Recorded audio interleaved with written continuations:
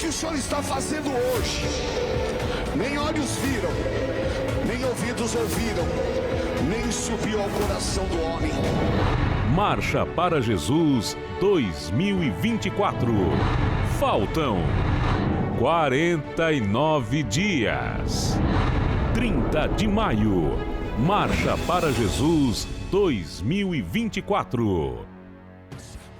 Muito boa tarde, faltam 49 dias para a Marcha para Jesus e nós estamos esperando por você neste dia tão especial do maior evento gospel do mundo que acontece aqui em São Paulo no próximo dia 30 de maio. Lembrando a você que você pode adquirir a sua camiseta no gospelbay.com.br. Aliás, um beijo pro pessoal do Gospel Bay que está lá trabalhando, atendendo as suas ligações e sempre nos acompanhando aqui. E olha, quero te fazer esse convite muito especial, tá bom? Esteja conosco, que vai ser um tempo assim de muita alegria esta Marcha para Jesus. Bom, vamos começar o nosso programa de hoje. Tenho convidados muito especiais aqui para nós falarmos, sabe do quê? De vida. Porque você tem duas maneiras de encarar um problema. Você pode levantar a cabeça, buscar os profissionais para te ajudar, e buscar forças em Deus para você caminhar e vencê-lo, ou você pode se render a Ele. Você vai viver muito menos, independente do problema que você tenha. Nós vamos falar de uma doença grave que é o câncer. Essa semana é a Semana Mundial de Combate ao Câncer. No último dia 8 foi o Dia Internacional de Combate ao Câncer no mundo inteiro. E olha, quero que você preste atenção, porque nós vamos falar de alguns assuntos que são extremamente importantes aqui para o nosso dia a dia. Primeiro, porque o índice de pessoas com câncer tem aumentado muito no mundo inteiro. Existem estatísticas da Organização Mundial de Saúde de que são mais de 30 milhões de novos casos todos os anos, e para você ter uma ideia, mais de 53 milhões de casos devem ser registrados no ano de 2050. Esta é uma grande preocupação da OMS, por isso nós estamos falando sobre isso, e por isso as campanhas mesmo, que geram uma capacidade da gente aprender mais a se prevenir, e a prevenção ela acontece quando você é diagnosticado precocemente. Então, de agora para 2050, existe uma perspectiva que a gente espera que mude, de até 77% de aumento do número de casos todos os anos. Então, esse dado estatístico é muito alto. Daí, o que eu quero te falar? Que tem uma agência, que é a Agência Internacional de Pesquisa sobre o Câncer, que é ligada à OMS, que fez um levantamento, e esses dados são de 2022. Foram mais de 100 países analisados, falando principalmente do atendimento no sistema público de saúde, da forma como as pessoas buscam esse atendimento, e até também no atendimento particular. E se descobriu que a maior parte, grande parte dos países não tem um atendimento que deveria ter. E por conta disso, isso independente de você ter o plano de saúde ou não. E por conta disso, as pessoas menos favorecidas, elas acabam sendo muito mais prejudicadas e o índice de morte maior. Por quê? Porque nós estamos, todos os profissionais falam isso, o Dr. Jorge está aqui hoje, ele é o chefe da oncologia do Hospital da Vila Matilde, do Hospital Santa Clara, na Vila Matilde, aqui em São Paulo, e vai falar com a gente sobre isso com mais propriedade. As pessoas demoram muitas vezes para procurar esse diagnóstico. Então, por conta disso, se o diagnóstico não é feito precocemente, a possibilidade de você desenvolver o câncer, claro, com maior rapidez e morrer, é claro que é maior. Esta é a realidade. E existem maneiras, sim, de nós buscarmos esta conscientização e conscientizarmos também as autoridades e as pessoas com baixa renda da necessidade dessa prevenção. Daí entra também, a Olga está aqui com a gente, para nós falarmos um pouquinho do papel da família. Porque existem também pesquisas da OMS que falam da importância da família buscar um atendimento e uma orientação psicológica para o acompanhamento, para que você transmita essa confiança que a pessoa que é diagnosticada com essa doença precisa, e também da própria pessoa, ter esse acompanhamento para se fortalecer no dia a dia. Porque a Cris está aqui com a gente, nossa chefe querida, que quando a Cris foi diagnosticada com câncer da primeira vez, foi 2 dias depois dela vir aqui, nós falamos muito sobre isso, e a Cris está em tratamento ainda, e é uma pessoa que não deixa a peteca cair. E isso é extremamente importante. Tem a nossa parte que a medicina não faz, que é você caminhar para, como nós falamos, enfrentar da melhor maneira possível um diagnóstico como esse. Porque, doutor, não é uma doença fácil, não é uma notícia fácil de se receber. Independente de idade, de classe social, o câncer, o nome, eu sempre falo isso, que desde antes ainda mais, mas eu acredito que agora, por conta de um número cada vez maior de pessoas sofrendo com a doença, quando você fala, o nome já é algo assustador, né? A possibilidade da doença, apesar de todo o avanço tecnológico, né, doutor? Boa tarde, doutor. Obrigada por você estar aqui com a gente. Uma alegria te receber. Boa tarde, obrigado pelo convite. O que você está falando é verdade, que até as pessoas mais antigas, né, os pacientes mais idosos, quando passam no consultório... Doutor, só um minutinho que não está dando para ouvir o senhor falar. Eu vou perguntar já para o doutor, vou passar para a Olga para falar. Voltou? Posso falar? Fala um pouquinho, doutor, de novo, por favor. Boa tarde. Boa tarde, doutor. Obrigado pelo convite. Você estava falando, Keila... Ainda não, doutor. Espera só um pouquinho. Cris, o doutor vai falar dessa importância do diagnóstico, eu vou voltar já para falar isso com ele, mas eu já quero falar um pouquinho com você daquilo que você tem vivido ao longo destes 3 anos, né, Cris? Já são 3 anos, não são? 2021? Não, antes, né? Não, foi final de 2022, 2023 eu fiz a cirurgia e comecei a radioterapia, então tem 1 ano e meio, mais ou menos. Que é uma luta diária, né, Cris? É uma luta diária e constante, até porque mesmo depois do diagnóstico ter sido precoce, né, graças a Deus... que logo... você tinha esse hábito dos exames, né, Cris? Que foi... Anual. Você sempre fez, né? Que Sempre você nunca teve fiz. nada antes e não tem caso na família. Não tem nenhum caso na família. Desde quando morava fora, você já tinha esse hábito? Já tinha, de fazer todo ano a mamografia, o Papa Nicolau, esses exames necessários. Sempre fiz. E foi a partir daí que você descobriu precocemente? Foi, exatamente assim. Doutor, antes da Cris falar, eu quero voltar para a gente começar com você, falando dessa importância que eu falei da questão de a gente ter essa notícia e não é fácil para ninguém, né? Boa tarde, obrigado pelo convite, viu, Keila? O câncer é uma doença que eu costumo dizer que adoece toda a família, né? Então, um paciente que tem câncer, tem um marido com câncer, uma esposa com câncer, filhos com câncer, né? É uma doença que acaba cometendo, ela tem um peso emocional muito grande. E como você mesmo disse, que ela num passado, né? Inclusive os pacientes mais idosos, hoje eles falam, doutor, aquela doença, nem repetem o nome, né? Porque num passado recente, né, realmente o câncer era quase que um sinônimo de morte. Hoje isso não é mais assim. Hoje a gente cura muito mais câncer do que os pacientes acabam falecendo morrendo, dele. Né, doutor? Né? Então, a medicina tem avançado muito, né? A tendência é que a gente consiga cronificar a doença.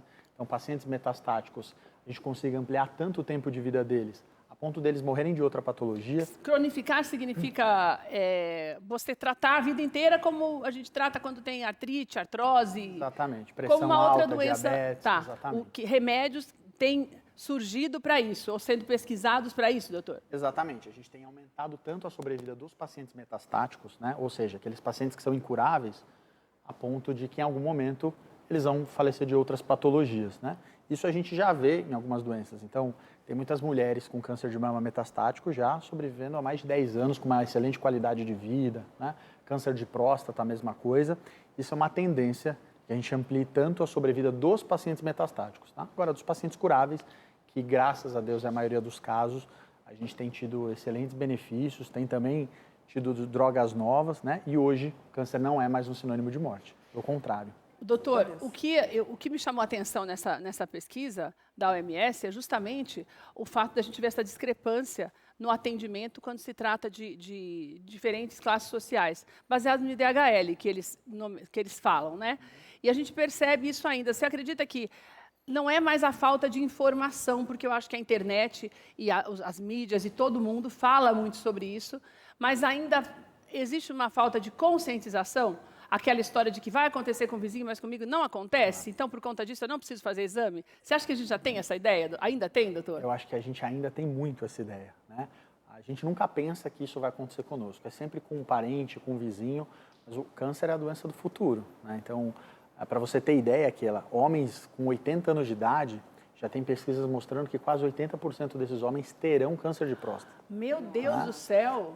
Quem chegar aos 100 anos de idade, um homem, né, tem quase que 90% de chance de ter câncer de próstata. Jesus então, amado! Quase todo mundo, na verdade. A população está ficando cada vez mais idosa, né, a expectativa de vida tem aumentado, a nossa qualidade de vida tem piorado, né, então a gente tem comido pior, fazendo menos atividade física, tendo uma vida mais estressante. Então, a incidência de câncer vai aumentar e tem aumentado. É uma curva que a gente vê nos últimos 20, 30 anos.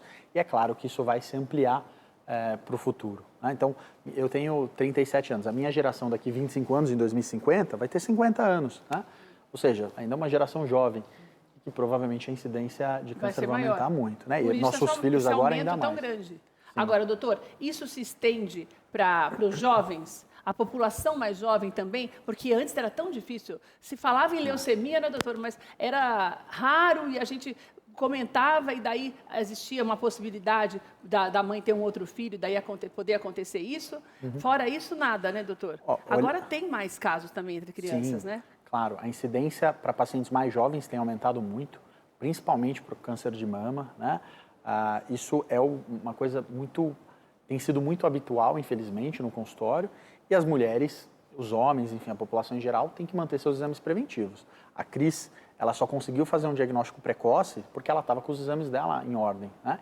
E, infelizmente, a maioria das pessoas não fazem seus exames preventivos. As mulheres, né, muitas vezes, porque acabam sempre se deixando por último, então cuida dos filhos, cuida do marido, cuida da mãe, cuida do pai, por uma questão cultural mesmo, e os homens por uma questão de preconceito, né? Então, o homem hoje, para fazer exame de próstata, a imensa maioria dos homens no Brasil, principalmente, não procuram urologista. Isso não é um padrão cultural brasileiro. Por causa de preconceito mesmo, muitas vezes, né? Olga, isso é uma coisa que eu acho que a gente tem que conversar muito, por isso que eu falei e eu reforcei para você que está em casa, da necessidade dessa conversa, por esse lado positivo, porque como a gente já está aprendendo aqui com o doutor, é muito mais positivo hoje do que negativo. Se fala muito mais na vida do que na perda de pessoas por conta do câncer. Lógico que o medo não diminui, mas existe... A gente tem que ser realista, ninguém quer ficar doente, né? Então as pessoas têm medo, mas esse medo ele pode ser um agravante num quadro da doença para o paciente e para as pessoas que estão ao redor. Porque eu sempre penso, você tem um diagnóstico como esse, você precisa das pessoas em volta de você positivas, né, Olga? Sim, sim, a família é muito importante, o apoio familiar é importante, o apoio dos amigos é importante e o clima tem que ser um clima de alegria, é um clima positivo, um clima de esperança. Como bem disse o doutor, hoje em dia a maioria dos cânceres são tratáveis. Hoje é difícil uma pessoa morrer por conta do câncer se ela faz um tratamento preventivo, um acompanhamento preventivo. Então, se a pessoa está diagnosticada, é óbvio que se ela for um pouco mais velha, ela vai pensar, pronto, já morri. Porque é o conceito antigo, de antigamente, porque antigamente câncer era sinônimo de morte. Mas hoje em dia não. Hoje, antigamente... Mas muita gente ainda acredita nisso.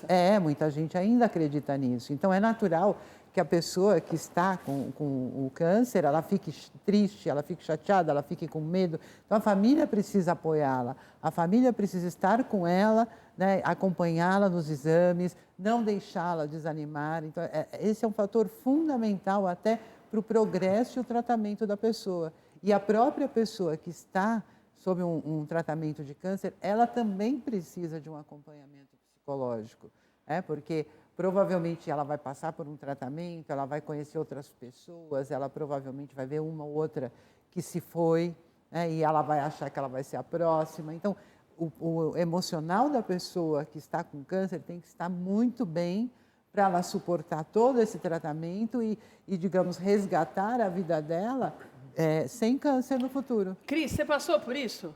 De ver alguém morrendo, de ter medo de morrer? Você passou por isso? Primeiro, que é exatamente como os doutores aqui estavam falando, né? Na hora que eu fiz os exames, como eu fazia sempre, mas nunca imaginei que eu pudesse ter um diagnóstico como esse, até mesmo porque na minha família não tem ninguém com histórico de câncer, né? E como falam que o câncer é hereditário, então eu tomei um susto muito grande.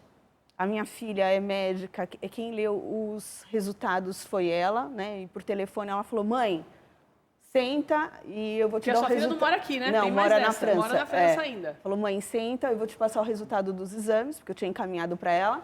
E aí ela me deu a notícia. Claro que eu recebi a notícia, foi um choque, fiquei muito triste, chorei, mas ao mesmo momento, né, com o amparo da família, dos amigos, graças a Deus, da igreja, eu...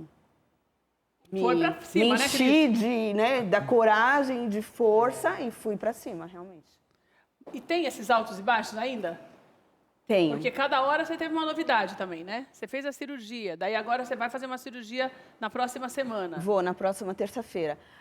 Quando os médicos conversaram comigo da cirurgia, né, a primeira vez, ele falou, olha, tá logo no início, né? Provavelmente não vai precisar de quimioterapia, de rádio. Então, eu estava muito tranquila. E a cirurgia realmente foi muito tranquila. Na volta, né, com a oncologista, ela falou, não, você vai precisar de radioterapia. Foram 15 sessões. E na época eu estava trabalhando no restaurante, então tinha dias que eu trabalhava no restaurante, ia para a radioterapia e voltava para o restaurante, porque foi essa também a orientação que eu tive. Que a minha vida não poderia parar, que eu tinha que continuar, né, a vida e me esforçar ao máximo. E quando eu tive a notícia da radioterapia, me deixou muito mais triste do que com o próprio diagnóstico. Por quê, Cris? Eu não sei, eu tinha medo, era desconhecido, eu não sabia o que ia acontecer. E como, né, os doutores estão aqui, radioterapia antigamente também, né, era algo muito difícil, né, agressivo. Então eu tive muito medo e fiquei com mais medo ainda do que no diagnóstico. Mas tudo correu bem. Né? E agora, na volta, umas 2 semanas atrás, porque a partir do momento que você tem esse diagnóstico, depois da cirurgia, do tratamento, a cada 6 meses tem acompanhamento, né, com os exames. E agora, no último exame, deu algo, eles chamam de polípulos no útero, né, que provavelmente, né, doutor, é ocasionado também pelo remédio, então vai ser retirado na próxima terça-feira. Não sabemos se é maligno ou não. Mas isso também me deixou muito triste, né? Porque eu vou ter que voltar novamente para a sala de cirurgia. Você já pensa a cirurgia, já pensa o tratamento de novo, tudo vem, tudo acontece, mas também é normal, né, doutor?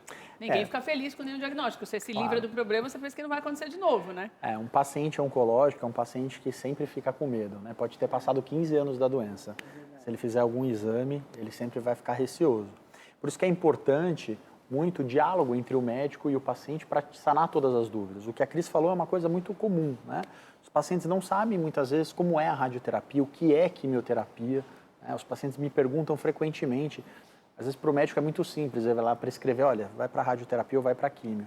Mas muitas vezes o paciente não sabe o que é isso. Né? Tem vergonha de perguntar. E muitas vezes tem vergonha de perguntar. Né? E como eu falei, a doença oncológica ela tem uma carga cultural muito pesada. Então, o paciente sempre imagina que aquele tratamento é sinônimo de sofrimento também, né?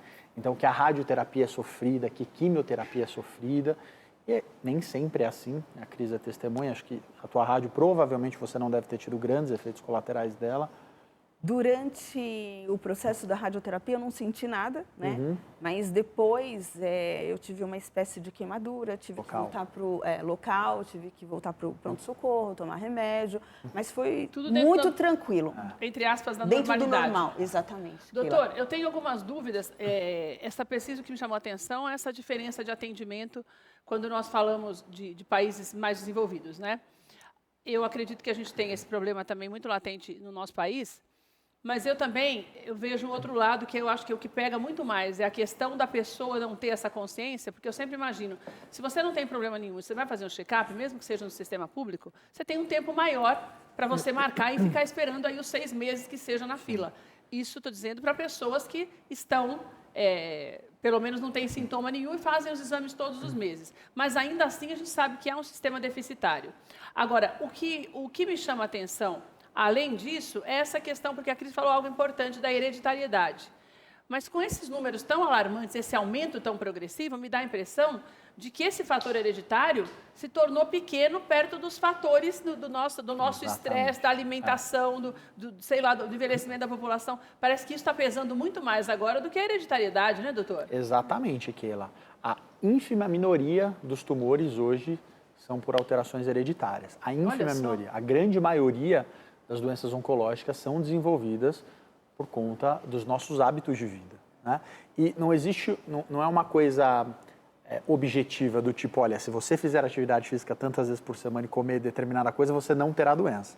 Não tem essa objetividade, né? Mas é claro que a gente sabe que uma pessoa que tem uma vida mais saudável, com menos estresse, com melhor sono, que pratica atividade física, que come melhor, as chances de ter doenças oncológicas são bem menores. Mas o médico não consegue quantificar isso, tá?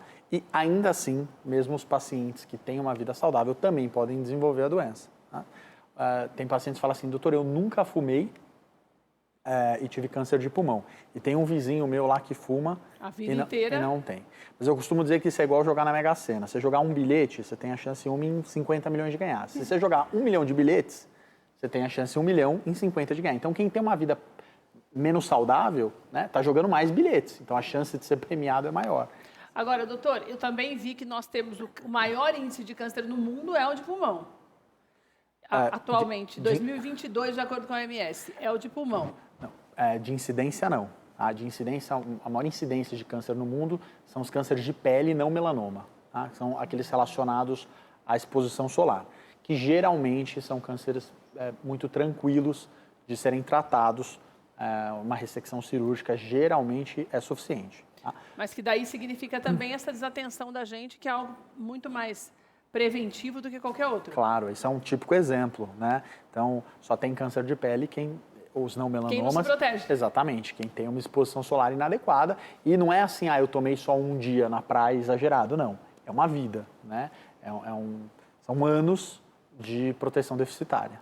Ô, Olga, essa falta de conscientização, a gente sempre fala sobre isso no programa, porque elas são muito latentes em todas as áreas da vida da gente, né? É verdade. Eu não sei se isso é uma coisa muito comum também em outros países subdesenvolvidos, como o Brasil, mas a gente tem esse hábito, né, de não fazer aquilo que está ao nosso alcance. Exatamente. E eu acho que isso também acaba fomentando essa possibilidade, essa dificuldade, aliás, de atendimento, porque você tem uma população muito maior, cada vez maior, que precisa do atendimento, e muitas vezes ele seria desnecessário se houvesse essa prevenção.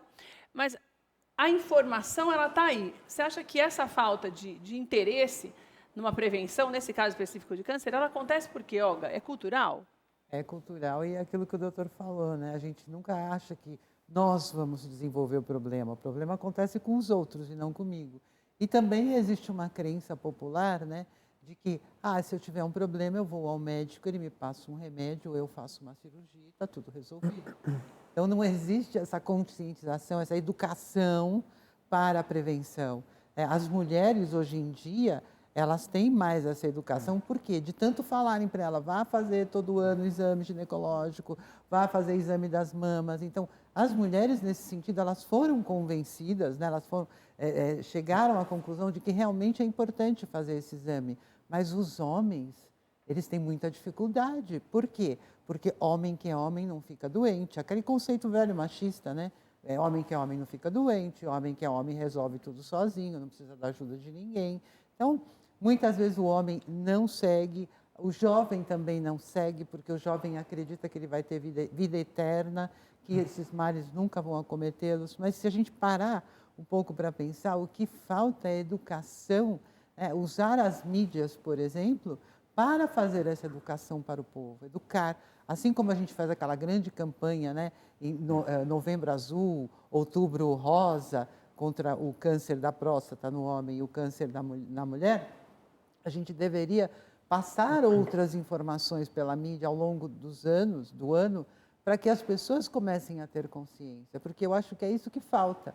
Porque informação existe, tratamento existe, prevenção existe, mas a grande maioria das pessoas não sabe. É aquilo que eu falei agora para o doutor, né? As pessoas têm vergonha de perguntar, as pessoas têm medo de querer saber um pouco mais. Existe uma série de pessoas que têm certas crendices, não fala nisso, porque senão eu vou ficar doente.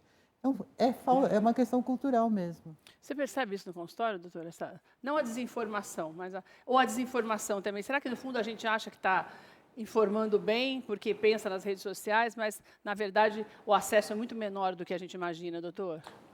A Olga falou coisas muito sábias, né? As duas coisas. Então, a desinformação é muito grande e, por uma questão cultural, isso já aconteceu várias vezes, eu já tive pacientes que tinham suspeita da neoplasia e se negavam a fazer o diagnóstico. Mentira, mas o que era? Medo? Medo, prefiro não saber. E aí a doença ficou incurável, ou seja, se ela tivesse feito o diagnóstico precipitadamente, era uma doença curável. Né? Isso é muito comum, né? Então os pacientes... E daí você não tem como obrigar a pessoa, não pode, né? Não, claro que não, a gente pode orientar. Ou seja, a pessoa vai ter o diagnóstico de uma hora de uma forma ou de outra, né? Ou hoje ou daqui 6, 8 meses. Isso é muito comum, muito mais comum do que a gente imagina. Então, há uma carga, como eu falei, muito pesada em relação a esse nome, essa doença, e as pessoas muitas vezes evitam ela e acabam, infelizmente, levando a consequências piores, né? Hoje o Brasil, por que a gente faz a campanha do Outubro Rosa, Novembro Azul? Exatamente para a pessoa falar, poxa, será que eu estou com meus exames preventivos em dia? E o que é interessante dizer, a gente não consegue fazer exame preventivo para todas as doenças oncológicas. Ah, não? Não, eu não tenho um exame preventivo para câncer de pulmão. Eu não vou fazer tomografia nas pessoas todos os anos. Eu não consigo fazer isso, né? Mas eu tenho para câncer de mama, eu tenho a mamografia, que eu consigo fazer um diagnóstico precoce. Eu tenho para o câncer de próstata, eu tenho para o câncer de colo uterino, que no Brasil mata muitas pessoas. É o terceiro câncer que mais mata as mulheres em incidência. Nos Estados Unidos é o 9º, 10º, porque as pessoas fazem o Papa Nicolau e aqui no Brasil elas não fazem, né? Por uma questão completamente cultural, né? Então, as doenças de maior incidência, que é a próstata, a mama, o colo uterino, eu tenho exames preventivos. Vamos dizer assim, fáceis, exatamente, né? Acessíveis. Mais acessíveis. Um Papa Nicolau custa R$3, R$4 é o custo de um Papa Nicolau hoje, né? Meu Deus. Então, qualquer unidade básica de saúde hoje, a mulher consegue fazer um Papa Nicolau. Daí a gente sai daquilo que nós estávamos falando, da falta de acessibilidade, né? Nesse caso, sim, né? É claro que existem outros... Você não vai fazer uma tomografia pulmonar aí todos os anos, até porque a tomografia é mais cara, vamos dizer assim. E também pela radiação, né? Você pode desenvolver uma doença. Então, se você começar a fazer com 30 anos tomografia anual para um paciente, quando ele chegar a 70, ele vai ter feito tantos exames que a radiação pode sim trazer uma doença. Mal. Exatamente. Agora, então, esses mais simples, na verdade, é mais essa falta de consciência da pessoa mesmo, né? Não tem nada a ver com o sistema de saúde. Exatamente. Para você ter ideia, as mulheres do meu convívio, tá? Eu sou oncologista, eu virei oncologista porque minha mãe teve câncer de mama, né? A minha mãe é médica porque a avó dela teve câncer de mama, né? As mulheres da minha família, no Outubro Rosa, eu fiz uma brincadeira, quem está com os exames em ordem? E nenhuma estava. Ah, mentira. Nenhuma estava. Que já tiveram, inclusive, né? Sua mãe. Exatamente. Então, não estavam com o Papa Nicolau em dia, não estavam com a mamografia, porque às vezes a mulher vê, o tempo passa... Quando é que eu fiz mesmo meu último Papa Nicolau? Quando eu fiz mesmo meu último... nossa, tem 2 anos já, né?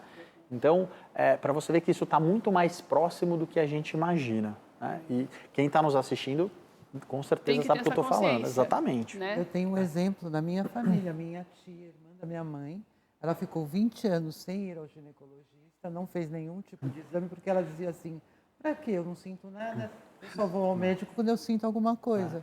E quando ela foi, ela já estava com câncer de mama grave e ela acabou perdendo a vida. A minha avó faleceu de câncer de colo uterino aos 80 anos, porque não fazia Papa Nicolau há algum tempo. A minha avó, né, que tinha a filha médica, o genro médico, né, o neto estava em formação à época, ou seja, uma pessoa que tinha orientação, mas achou que aquilo não ia acontecer com ela. Agora, eu não sei se a Cris passou por isso, eu conheço várias pessoas que já foram diagnosticadas. E tem muita gente que fala assim, eu não gostaria nem de saber, porque muitas vezes quando você sabe, que você começa a mexer, parece que aparece em todo lugar. Tem muita, você já não ouviu isso no consultório, doutor? Muito. Fala, não, olha, porque daí tem o tumor aqui agora, pronto, descobriu, o doutor vai querer mexer, já vai acontecer alguma coisa, nunca mais eu vou sair do médico. Você chegou a pensar nisso? Você já ouviu isso alguma vez? Já, Keila, já ouvi isso. Menina, porque eu ouço isso o tempo inteiro e muita gente não faz por causa disso. Eu já ouvi isso, mas assim, a minha maneira de ser, eu penso ao contrário. Eu acho assim, não, se tem um problema, vamos resolver logo.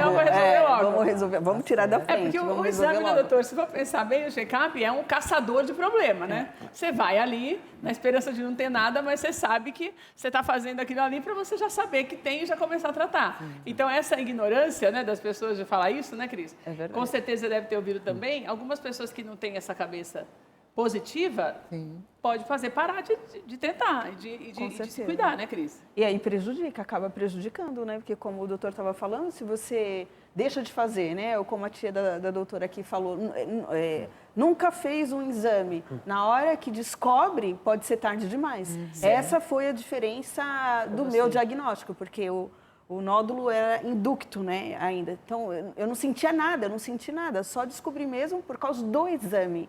Né, o médico lá que fez a mamografia viu, encaminhou para fazer uma biópsia, e se não fosse isso, eu ainda poderia estar aqui conversando, fazendo comida no teu programa, sem saber que tinha o câncer, porque não tive ferida, não tive dor, não tive nódulo, não tive absolutamente nada. Você ouviu alguma coisa que te deixou com medo? Algum comentário que te deixou mais para baixo do que... Sim, com certeza sim. Tipo, depois que eu tive o meu diagnóstico, né, muitas pessoas, amigos, próximos, mas isso muitas vezes por causa da inocência, vamos dizer assim, das pessoas, né? Falando assim, ai, nossa, eu fiz o meu exame, ai, estou com muito medo. Graças a Deus não era câncer, né? Então a gente acaba ouvindo muito dessas coisas, né? Aí você pensa, azar o seu, né? Exatamente. Que não tá igual a mim. Mas aí também a gente você entender... Vê que não é por maldade, não é por maldade, não é por maldade, é porque realmente as pessoas têm, né? Quando a gente ouve a palavra câncer, né? É um diagnóstico de morte. E não é isso, né? Por isso que eu sou a favor de antigamente, como é que eles falavam, doutor? A doença, né? Aquela doença. A doença. Aquela doença. Doutor, agora, uma coisa pessoal que eu queria te perguntar. E para o médico, como é que é? Porque, na verdade, todos os dias você dá um diagnóstico para alguém, né, doutor? Você deve ter paciente novo todos os dias. Todo dia. Como que o médico também, muitas vezes, precisa de um acompanhamento, doutor? Olha, eu acho que as pessoas que escolhem fazer oncologia, geralmente... são pessoas que ou tiveram isso na família ou têm uma sensibilidade diferenciada, né? Eu virei oncologista porque minha mãe teve câncer de mama e eu queria ser como o médico que minha mãe teve. Então, eu lembrava, na véspera da consulta, como eu falei aqui anteriormente, né? A família inteira fica doente. A gente ficava sem dormir, ansioso, né? Com medo do que o médico ia falar pra gente na consulta. E quando a gente chegava lá, aquele médico trazia tanta paz pra gente... eu queria ser como ele, e por isso que eu virei médico, e por isso que eu virei oncologista. E eu sempre tento, por mais que às vezes eu tenha uma notícia não tão boa para dar para o meu paciente, para ele se sentir sempre acolhido, né? Que ele tem alguém ali que está por ele, né? Porque quando o paciente está doente, a responsabilidade passa a ser da equipe médica. Eu sempre falo isso para os meus pacientes, olha, agora é um problema meu, né? Essa doença aqui agora vai ser um problema meu. Eu que vou ter que quebrar a cabeça aqui para a gente... tratar você da melhor maneira. O que eu quero que você faça é que você siga nossas orientações e que você viva plenamente. É muito importante que o paciente mantenha a rotina, que o paciente tenha um bom estado de espírito, né? Que tenha um apoio familiar, e a Olga é expert nisso, né? Muitas vezes que tenha um apoio religioso, porque o que a gente vê, infelizmente, Keila, principalmente em classes mais simples, as mulheres, principalmente mulheres, abandonadas pelos maridos. Mentira, que a pessoa descobre que está doente e o cidadão vai embora? Muito comum, muito mais do que vocês imaginam. Meu Deus, que tristeza isso. Né? E a gente está falando de pacientes que muitas vezes fazem quimioterapia, tem que pegar o trem para voltar para casa e voltam passando mal no trem, né? Nossa, que não tem um apoio familiar. E não é raro isso. Não, isso é muito comum. Que são arrimo de família, né? Então aquela mulher que é abandonada pelo marido e tem que, além de cuidar dela, cuidar dos filhos, né? Porque muitas vezes são mulheres jovens que têm que trabalhar, né? Então, todo um apoio social é importante, né? Hoje no Brasil, graças a Deus, a gente tem uma lei para os pacientes em tratamento quimioterápico, mesmo aqueles que não contribuem com a Previdência, que têm direito a um salário mínimo para poder... Que muitas vezes a pessoa não sabe, né, doutor? Isso. Que existem vários benefícios, né? Muitos benefícios para os pacientes que estão em tratamento, né? Porque todo esse suporte é importante. A Cris sabe, ela se tratou, você não consegue muitas vezes se tratar e vir trabalhar, né? E a gente está falando de muitos pacientes que têm trabalho pesado, trabalho braçal, né? Então, todo esse suporte, tudo isso está relacionado diretamente ao tratamento e ao sucesso do tratamento, né? Então, é claro que um paciente que está emocionalmente mais respaldado, ele tem menos chance da imunidade cair, né? Ele consegue ciclar melhor, ou seja, fazer as químios nas datas corretas, né? Um paciente que está dormindo mal, comendo mal, tem problemas emocionais piores, preocupação. Isso acontece com todo mundo. Às vezes, quem tem herpes, quando você dorme mal, quando você está estressado, aparece a lesão, né? Baixa a tua imunidade, então é fisiológico. No tratamento oncológico é a mesma coisa. Aquele paciente que tem um suporte familiar melhor, tem um suporte emocional melhor, é claro que ele consegue levar o tratamento de maneira mais firme e, naturalmente, consequentemente, ele tem mais chance de ter melhores resultados. Então, é uma doença que é importante um trabalho multidisciplinar e familiar, tá? Muito importante. Porque esse apoio, né, Cris, é que dá também, quando dá o alto e baixo, é o apoio de quem está por perto é que ajuda a gente, né, a levantar. Com certeza, não se sentir sozinha, né? A família, os amigos, o trabalho. Uma outra coisa que acontece também muitas vezes, e aconteceu comigo, nessa fase, a gente querer se isolar, né? Eu não quero ver ninguém,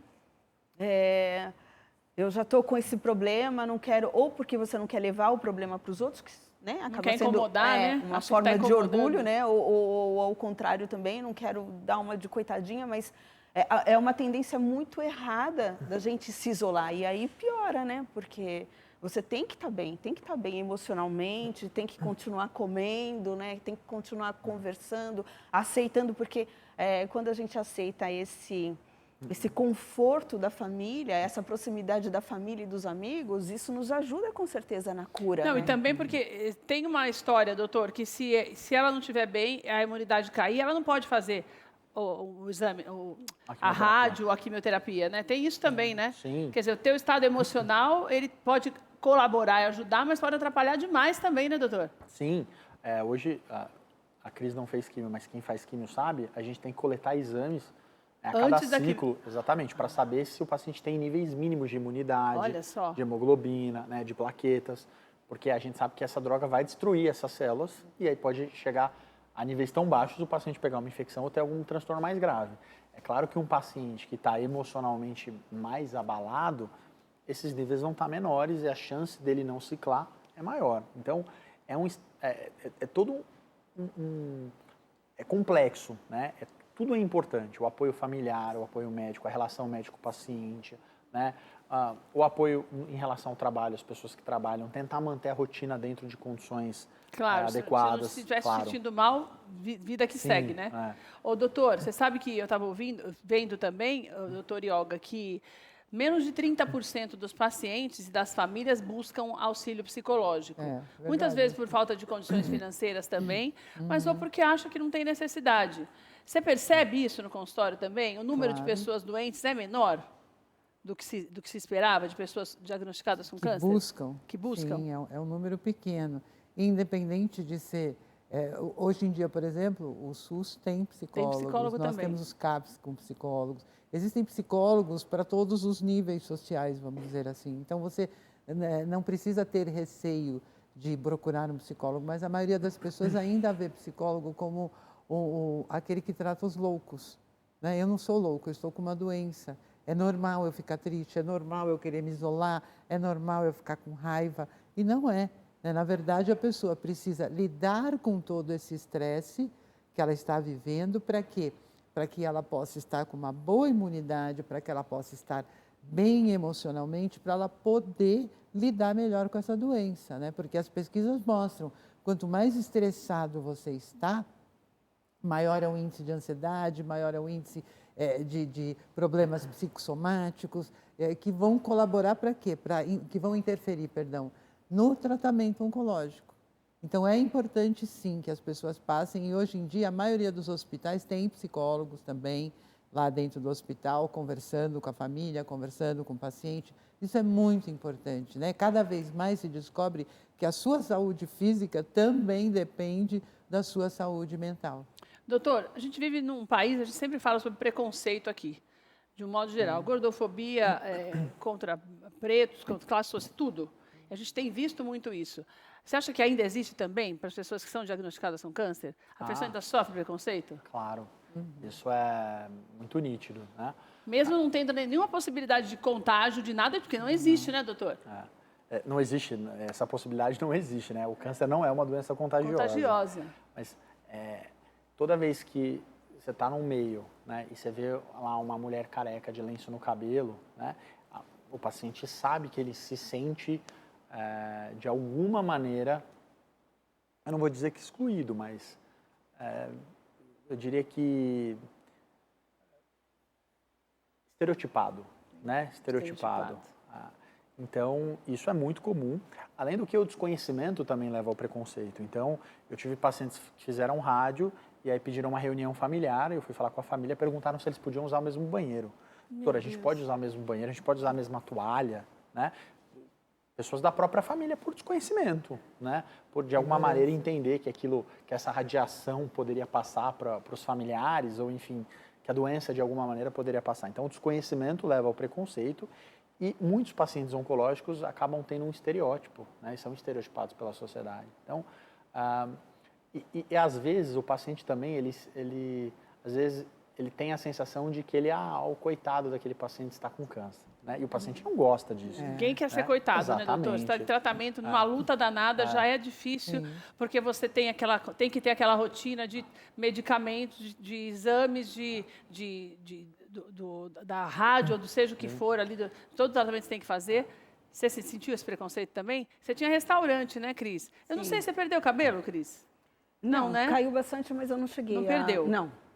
Então, essa parte do careca você não viu, mas você sentiu essa questão do preconceito? Não, alguns meus amigos, do tadinho? minha família e alguns clientes ficavam sabendo, eu sentia assim, o olhar de ternura, né? A pessoa às vezes fica assim com receio, né, de falar, de tocar no assunto. Eu toco no assunto, não toco no assunto. Mas eu particularmente recebi muito apoio e eu não senti assim nenhum tipo de discriminação no meu caso, né? Eu acho que pelo fato de não ter perdido o cabelo, né, doutor? Que uma coisa que é mais visível, né? É o que chama mais a atenção das pessoas, inclusive no mercado de trabalho. Eu acho que as pessoas já acreditam isso à sentença de morte, como você tinha falado, né? Vou te dar um exemplo claro, tá? É um preconceito velado que ninguém nota. Um paciente que tratou com quimioterapia, pode já ter terminado o tratamento. Se está fora do mercado de trabalho e vai buscar um emprego, muito provavelmente não conseguirá esse emprego porque está careca. Com certeza. Né? Isso é um preconceito velado que a sociedade tem, que as pessoas não notam. Ele não vai falar que é isso, né? Que não foi Exatamente. contratado por isso. Até por uma visão preconceituosa do empregador. Não vou contratar essa pessoa porque ela vai morrer ou porque ela vai, enfim, ter algum transtorno. E não é exatamente isso, não é nada disso. Né? Então, o desconhecimento muitas vezes leva ao preconceito, a gente ter alguns estereótipos e é natural que, infelizmente, o paciente acaba sofrendo com isso. Por isso que é muito importante o apoio familiar, o apoio dos amigos, né? E o apoio, muitas vezes, às vezes não falar nada, dependendo de cada pessoa. Com certeza. Né? Também é uma forma de apoio. Ou, dependendo do paciente, de conversar sobre aquilo, de entender, porque é natural, quando você tem um diagnóstico de câncer, a primeira coisa que você vai pensar é, será que eu vou morrer? Isso é intuitivo. Né? Ou você já vai afirmar, caramba, eu vou morrer. Né? Dependendo, que é o que se tem, né? A primeira coisa que você pensa, eu vou morrer. Com você certeza. Pensou isso, Cris? Pensei caramba, sim. Eu vou morrer antes do que eu queria. Pensei sim, chegou a minha hora, eu tenho que acertar minhas coisas, tenho que pedir perdão. Você já acertou tem que não morreu, já tudo. fez toda essa parte. Exatamente. Já está no lucro. Né? Com certeza. Olga, eu vou falar com o doutor daqui a pouco a respeito da idade, mas o idoso, antes da gente encerrar, precisa de um apoio maior do que você falou a questão de que o jovem acha que não vai morrer mesmo nunca, está tudo bem, toma um remedinho e tal. Como foi feito muito tempo da época, no período no auge da AIDS, né? Sim. E hoje que eles acham a AIDS tudo normal, porque tem o exame, tem o remédio e tal. Você acha que o idoso, então, acaba precisando de uma atenção maior? Claro. Até por causa da cabeça do idoso, essa diferença dessa molecada? Sim, ele precisa de acompanhamento, ele precisa do apoio da família, porque o idoso já sabe que ele está mais próximo da morte naturalmente do que qualquer outra pessoa com uma idade inferior à dele. Isso é uma consciência que todo idoso tem. Só que há muitos idosos que hoje em dia têm uma vida plena, uma vida feliz. Então, muitas vezes, quando eles recebem o diagnóstico de câncer, eles falam, pronto, chegou minha hora. E porque, para eles, o diagnóstico de câncer ainda é morte. É uma coisa que ficou muito marcada, tanto que está presente até hoje, mas para os idosos principalmente. Então, é fundamental ele ter esse apoio, ele pensar que ele precisa do tratamento para continuar vivendo. E se ele não estava vivendo, agora é hora dele viver realmente, encontrar os amigos, se divertir e fazer o tratamento para quê? Para estender a vida dele, para que ele possa viver bem. Viver bem o tanto de tempo que ele ainda tem pela frente. Doutor, eu estou rindo porque eu estou pensando, então não é melhor não contar para eles? Parece que você tirou a Para que eu vou chegar para uma pessoa de quase, vamos supor, de 85, 90 anos e dar um diagnóstico como esse, sendo que ela vai depender de mim para todos os cuidados e todos os tratamentos e todos os remédios, certo? Você sabe que no Brasil, essa questão de não contar ao paciente, a família pedir, principalmente para os idosos, olha, não conta para o meu pai, não conta para minha mãe, porque a gente não sabe como ele vai lidar, isso é uma questão cultural brasileira, tá? Tem até uma discussão ali no Código de Ética Médica em relação a isso. O médico, teoricamente, ele não pode mentir para o paciente. Né? Nos Estados Unidos, isso é completamente inaceitável. Tá? No Brasil, por uma questão cultural, alguns colegas até evitam, mas eticamente, do ponto de vista do Conselho Regional de Medicina, isso é muito discutível. Tá? Agora, é claro que a minha opinião é que tem que ter um bom senso. Certo. Natural que tem que ter um bom senso. Né? Do mesmo jeito que esse paciente de 70, 80 anos, que quando eles eram jovens, o câncer era um sinônimo de morte, né? Muitas vezes, uma informação passada de maneira inadequada, você pode deixar aquele paciente depressivo e pode sim antecipar a morte dele. Depende da maneira como é falado. Exatamente. Né? Então, isso vai muito do bom senso, da relação do médico com a família, da relação com o médico com o paciente. Né? Eu sempre costumo falar de uma outra maneira. Falar, olha, tem uma lesãozinha no pulmão, a gente vai tratar dessa maneira. E aí, muitas vezes, não há necessidade de você expor a palavra, mas o paciente, de certa forma, entende o que está acontecendo, mas de maneira... fica mais leve. Exatamente. Eu acho que o mais importante, doutor, obrigada por você estar com a gente hoje, volte sempre. Cris, obrigada, minha querida. Volte, estou com saudade da sua comida também, inclusive. Com o maior prazer. Olga, obrigada, viu, minha Obrigada. amiga, pela companhia aqui também hoje. Acho que o que fica para a gente hoje, que eu quero encerrar falando para você, é que a vida positiva... O teu pensamento positivo, a tua maneira de encarar a vida, você vai facilitar o trabalho do médico para te dar uma notícia como essa, porque ele vai perceber na hora que você vai encarar isso como mais um desafio de tantos outros que a gente vai ter a vida inteira. E para a família, a mesma coisa, porque cada vez mais, graças a Deus, a tecnologia tem avançado. Né? E cabe a nós também, vamos fazer a nossa parte, comer um pouco melhor, se exercitar mais. Aquilo que você puder fazer por você, por uma questão de amor próprio e as pessoas que estão ao teu redor. Porque tem tanta gente que te ama e não quer te perder. Então, a melhor coisa que você faz é cuidar bem de você. Então, o nosso programa de hoje é dedicado àqueles que pensam em se cuidar melhor. Não aqueles que pensam na sentença de morte, mas aqueles que pensam nessa sentença da vida, que é o mais importante, tá bom?